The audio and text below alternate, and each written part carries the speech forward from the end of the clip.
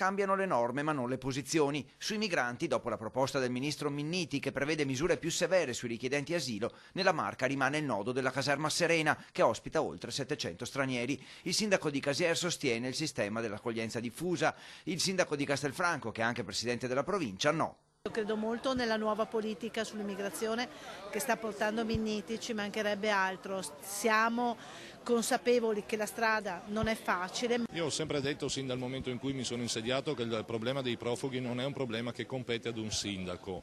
Debbono trovarvi delle soluzioni diverse, sono note le proposte che facciamo noi, quindi fare dei centri d'accoglienza nelle coste africane, fargli l'identificazione ed eventualmente chi ha bisogno darvi assistenza presso il nostro territorio. I numeri esatti delle presenze alla Serena non sono noti. Il sindaco chiede che la polizia municipale sia autorizzata a verificare di persona la situazione. Adesso rinnoverò al prefetto la richiesta per poter far entrare il nuovo comandante per noi della polizia locale, perché è giusto che si renda conto di quello che anche lui poi dovrà andare a lavorare. Un compito, quello di assistenza ai migranti, che invece sembra esulare dalle competenze di un sindaco o di un presidente della provincia, secondo Marcon. Da sindaco ribadisco di non avere la disponibilità per ovviare a questa che ormai non è più emergenza, è un status di fatto che non trova nei sindaci, almeno nel sindaco di Castelfranco, una spalla per poter dare soluzione a un problema che non gli compete. Alleggerire i numeri delle presenze e chiedere sostegno al governo, collaborando sull'accoglienza diffusa, è una strada che può portare alla soluzione del problema. Siamo tutti consapevoli che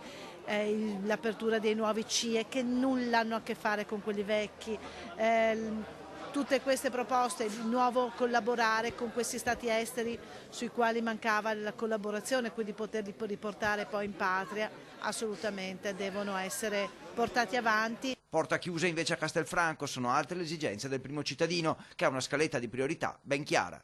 Io ho altre esigenze, i miei cittadini mi chiedono altri tipi di risposte, così come la provincia mi chiedono altri tipi di risposte. Non condivido che si investano risorse per progetti tipo SPRAR piuttosto che accoglienza.